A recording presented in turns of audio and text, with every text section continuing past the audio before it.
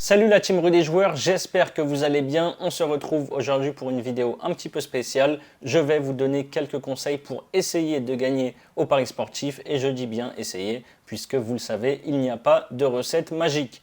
Petit message de prévention avant de commencer. Je rappelle, et c'est important, que les paris sportifs sont strictement interdits aux mineurs. Les jeux d'argent doivent rester avant tout un plaisir. Il ne faut jouer que ce que l'on peut se permettre de perdre et jouer en fonction de ses moyens. Gardez bien ça en tête. Déjà, il faut savoir que c'est évidemment très compliqué d'être en bénéfice puisque 97% des parieurs sont perdants, ce qui veut dire que sur 100 personnes, il y en a 3 qui ne perdent pas, qui sont donc soit à l'équilibre, soit en bénéfice. Et vous le savez pour ceux qui nous connaissent, chez Rue des joueurs, je vous le dis pour ceux qui ne connaissent pas, on ne vous promet pas la lune, on ne vous vend pas de rêve, on axe vraiment les paris sportifs sur le plaisir de jouer et rien d'autre. Je vais donc vous donner mes 5 conseils de base pour les paris sportifs et pour tenter de gagner. Avant cela, abonnez-vous à notre chaîne YouTube si ce n'est pas encore fait.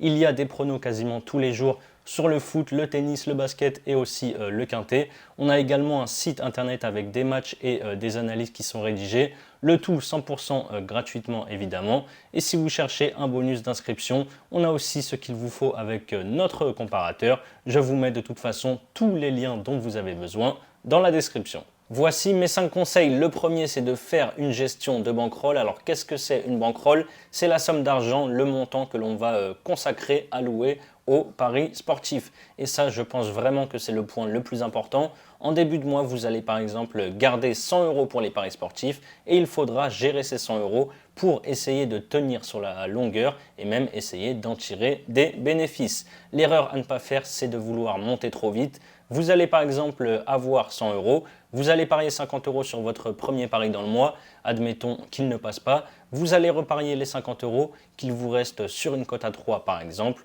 pour rattraper la perte d'hier, plus faire du bénéfice aujourd'hui. Et là, si ça ne passe pas, ça y est, vous avez déjà perdu en 2 paris les 100 € que vous aviez mis de côté pour parier tout simplement. Et c'est l'erreur à ne vraiment pas faire.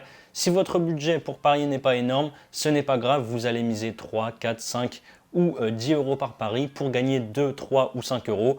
Et au fil du temps, vous allez soit retirer vos gains ou alors augmenter votre bankroll qui va vous permettre d'augmenter par la même occasion un petit peu vos mises et donc vos bénéfices. Mais il est très important, et je le répète, de tenir une bankroll pour faire les comptes, savoir exactement à combien de bénéfices ou même de pertes, puisque ça arrive, on en est. Et il existe pour ça plein d'outils sur Internet pour tenir sa bankroll et créer une bankroll tout simplement. Et je vais rebondir tout de suite sur le deuxième point qui est primordial, savoir gérer ses émotions. Qu'est-ce que j'entends par là? Je pense que beaucoup d'entre vous vont se reconnaître, c'est ne pas parier pour se refaire. En période de bad run, donc c'est une période pendant laquelle on perd plus d'argent que l'on en gagne, on a l'impression que l'on peut parier sur n'importe quoi, le PSG, le Bayern ou Manchester City coté à 1,10 et qu'ils ne gagneront pas tellement on n'a pas de chance. Après un ou plusieurs paris perdants, on a tendance à vouloir augmenter notre mise pour se refaire. C'est la pire chose à faire, je vous le dis tout de suite. Il faut à tout prix éviter cela.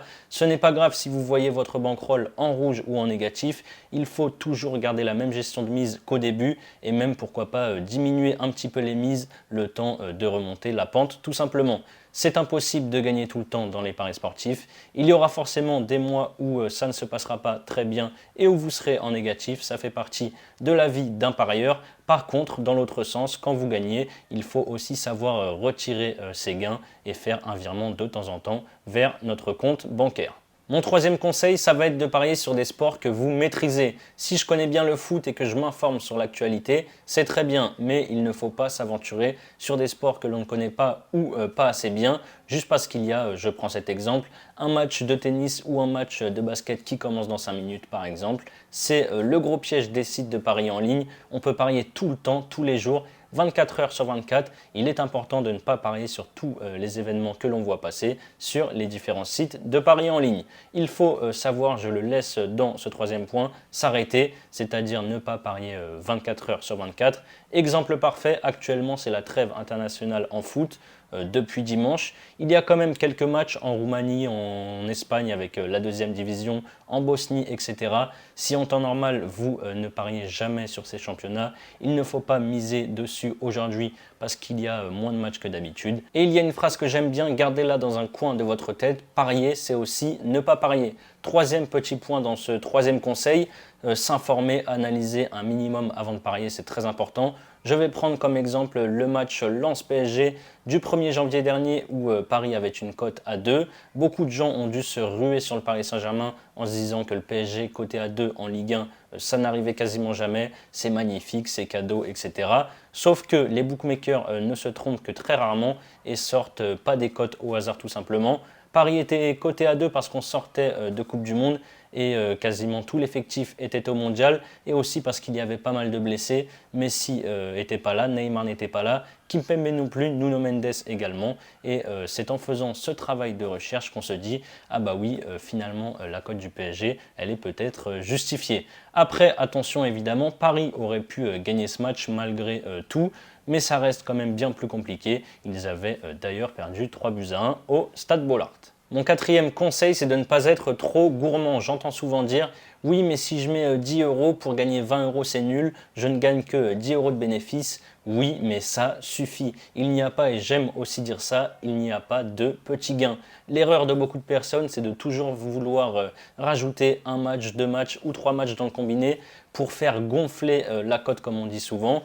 Tout ça pour ne pas gagner 10 euros de bénéfice, mais plutôt 40 ou 50. Sauf qu'au final, la plupart du temps, à la fin des matchs, on n'est pas à plus 50, mais bien à moins 10 euros. Parce que les combinés, quand il y a beaucoup de matchs, on ne va pas se mentir, ça ne passe pas la plupart du temps. Il ne faut pas se mettre à rêver ou à croire que c'est facile juste parce qu'on voit dans la semaine 2-3 tickets passer sur les réseaux sociaux avec des cotes folles. Il faut vraiment se mettre en tête que les paris combinés comme ça ne passent que très rarement. Il vaut mieux gagner 8 ou 10 euros de bénéfice avec une cote à 2 par exemple, plutôt que de perdre 10 euros sur une cote à 5 ou 6 avec une tonne de matchs sur le ticket. Le cinquième et dernier conseil que je peux vous donner, c'est de ne pas parier avec le cœur. Je pense qu'on l'a tous déjà fait par le passé. On a tendance à vouloir parier et miser sur notre équipe favorite ou sur une équipe qu'on aime bien et c'est là qu'on perd toute objectivité. En exemple, je vais reprendre le PSG puisque j'ai parlé de Lens PSG tout à l'heure. Cette fois, je vais prendre le huitième de finale retour de Ligue des Champions Bayern PSG d'il y a 3 semaines. Un supporter du PSG veut et espère bien sûr que le PSG gagne à Munich et donc rallie les quarts de finale de la Ligue des Champions. Et pour vibrer encore plus devant sa télé, il va parier sur la qualification du PSG qui était coté à 4,50 sur les différents bookmakers ce soir-là. Mais avec tous les blessés, plus la forme du moment et le match aller perdu 1-0 au Parc, c'était très compliqué et il n'aurait jamais tenté ce pari si ça avait été une autre équipe que le PSG.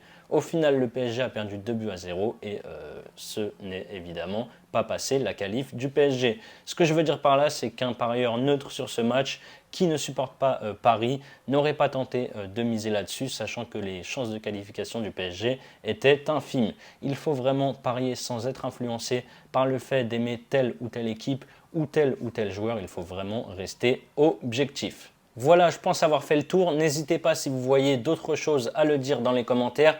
J'espère que ça pourra aider les parieurs qui débutent dans les paris sportifs ou qui vont se lancer. Abonnez-vous à notre chaîne, mettez un like à la vidéo s'il vous plaît, ça nous aide à grandir. Et dernière petite info, on vient de sortir une application, elle s'appelle Match Match. Vous pouvez gagner tous les mois, écoutez bien, une PlayStation 5 et plus de 1500 € de PaySave Card, le tout en donnant simplement vos pronostics sur les matchs de foot que l'on propose chaque jour. C'est un petit peu le Tinder des pronos et tout ça gratuitement, bien sûr. Je vous mets le lien pour télécharger l'application, elle est disponible sur iOS et sur Android. C'est la fin de cette vidéo, j'espère qu'elle vous a plu. Je vous dis à très vite, ciao ciao.